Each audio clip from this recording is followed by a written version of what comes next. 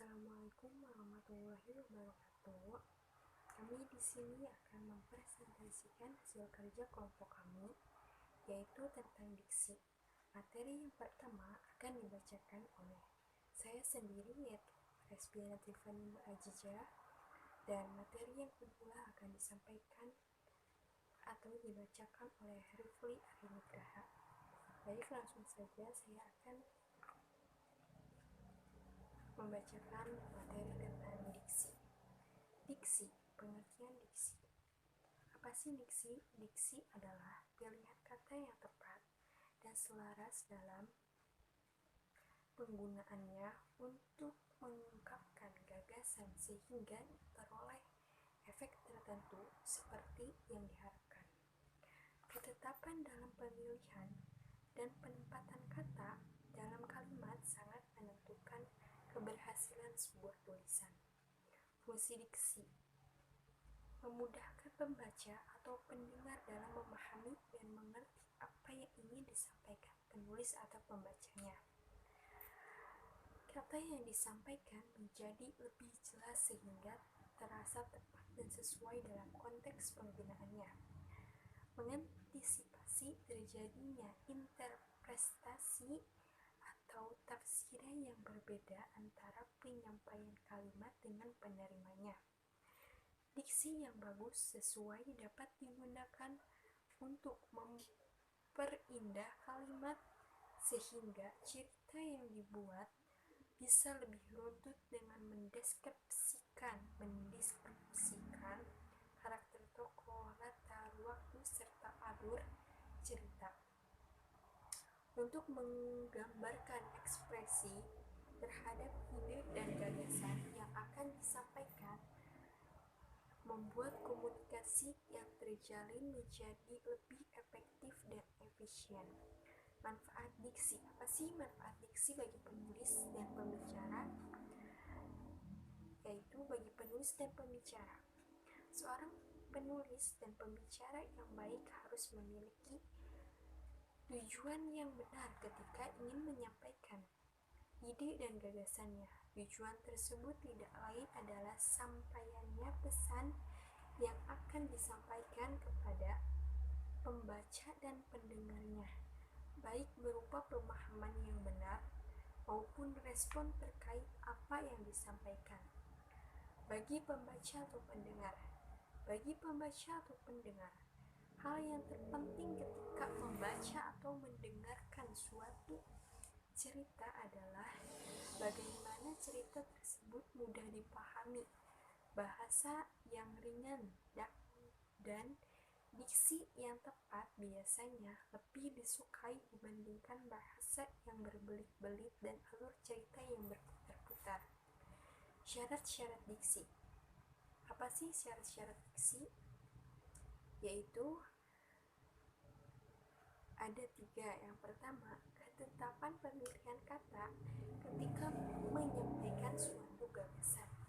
Yang kedua, pengarang juga harus mempunyai kemampuan untuk membedakan dengan tepat makna berdasarkan gagasan yang hendak disampaikan, serta memiliki kemampuan untuk menemukan bentuk yang pas dengan situasi serta nilai rasa para pembacanya.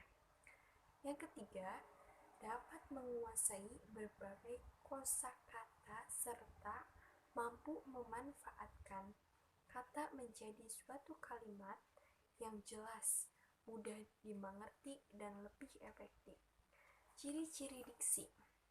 Ciri-ciri diksi yaitu tepat pada pemilihan kata guna mengungkap gagasan ataupun hal yang diamanatkan. Bisa digunakan untuk membedakan nuansa makna dengan bentuk yang sesuai terhadap gagasan dan situasi maupun nilai rasa para pembacanya.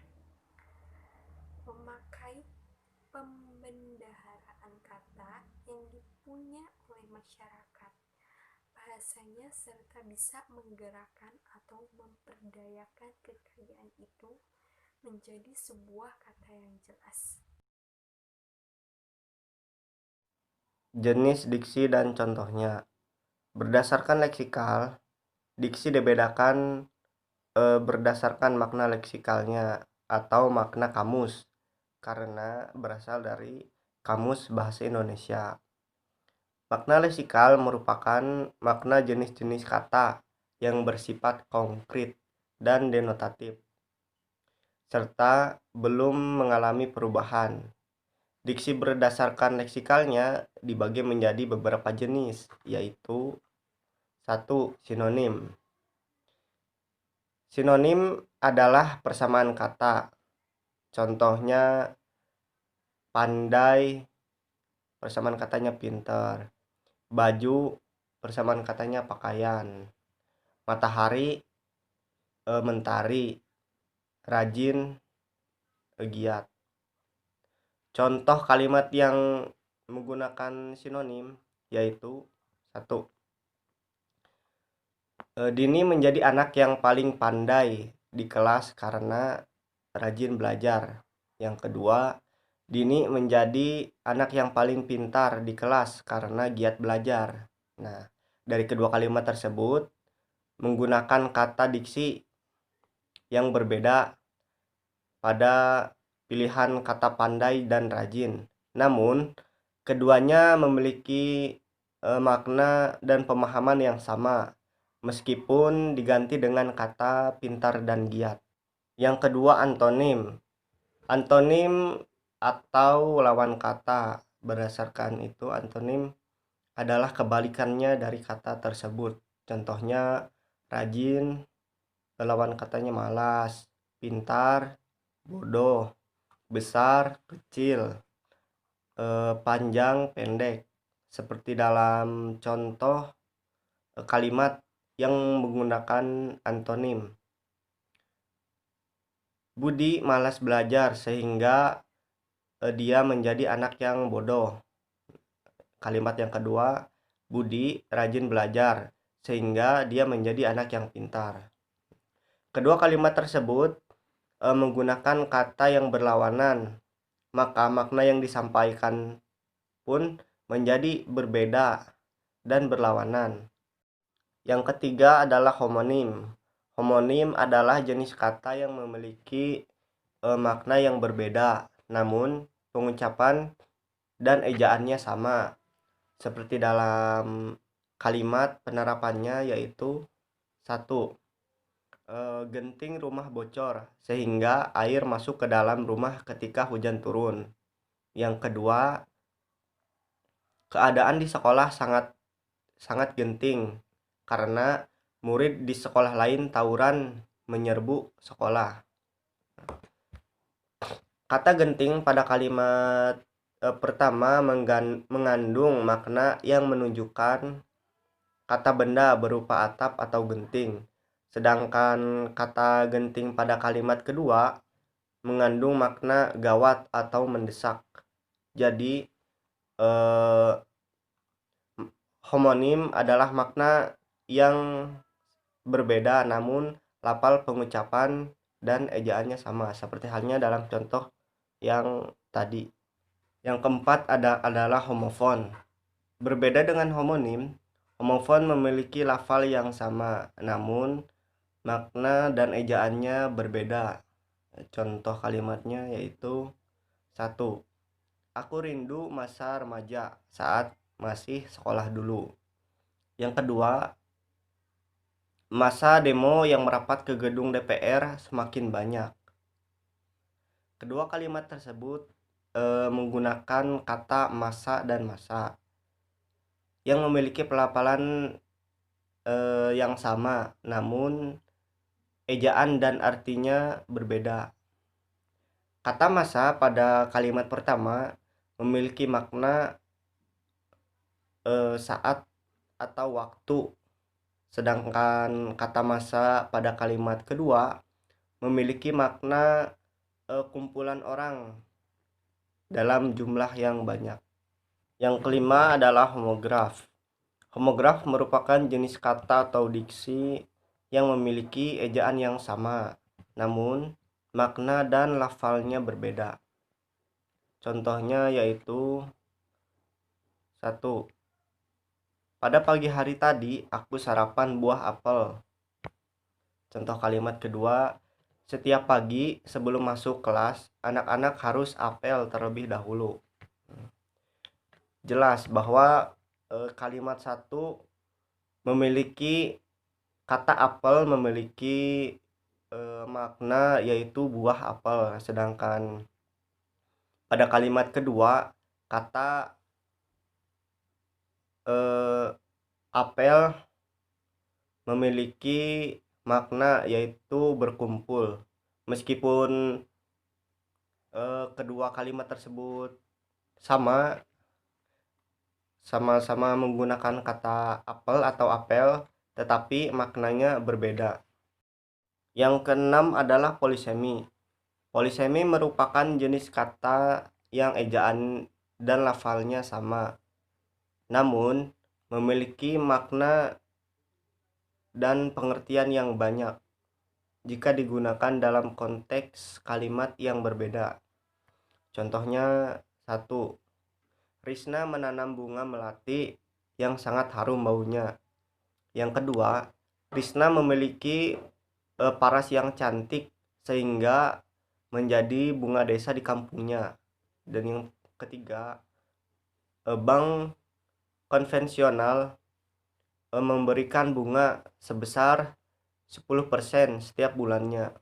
Nah, jadi kata bunga pada 3 kalimat tersebut memiliki ejaan dan lafalnya yang sama, namun memiliki arti yang banyak dan berbeda.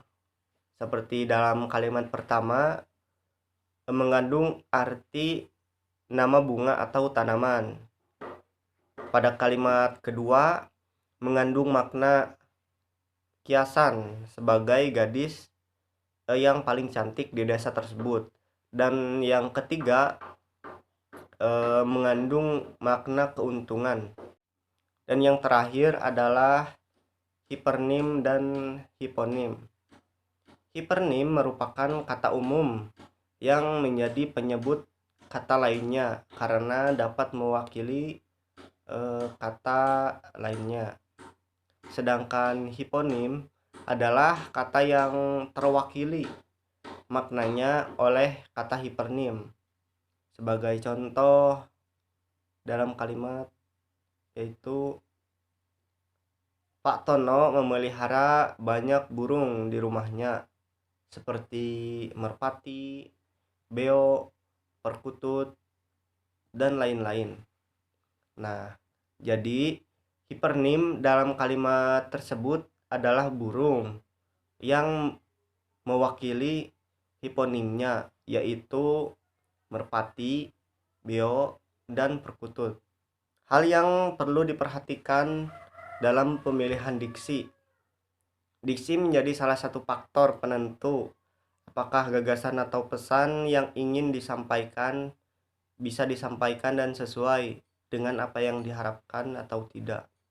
Seringkali karena memiliki keterbatasan kosakata, seorang penulis atau pembicara kesulitan untuk menyampaikan maksudnya. Tidak hanya memiliki diksi yang tepat, ada beberapa hal yang harus diperhatikan dalam penulisan kalimat atau paragraf. Berikut ini adalah hal-hal yang harus diperhatikan dalam menentukan diksi. Antara lain, 1. Tidak menggunakan pengulangan kata. Pengulangan kata akan membuat kalimat yang dibuat menjadi boros, tidak efektif, dan terkesan berbelit-belit. Contohnya yaitu Rina diminta untuk maju ke depan. Nah, pada kalimat itu kata maju otomatis digunakan untuk menuju ke arah depan sehingga tidak perlu diulang dengan menambahkan kata ke depan. Contoh kalimat yang kedua adalah Rian sudah membuat rencana yang akan datang untuk liburan berikutnya.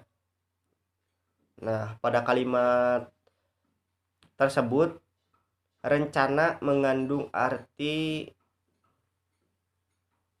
segala sesuatu yang belum terjadi dan akan terjadi di masa mendatang, sehingga tidak perlu ditambahkan akan datang.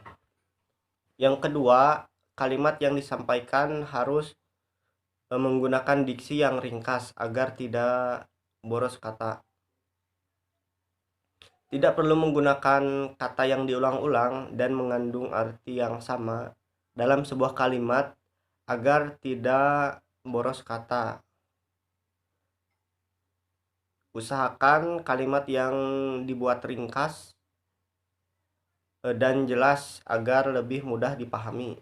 Contohnya dalam kalimat satu yaitu Direktur Keuangan menyatakan bahwa akibat dari langkah yang diambil bulan lalu mengakibatkan budget uang untuk produksi dan operasional menjadi membengkak.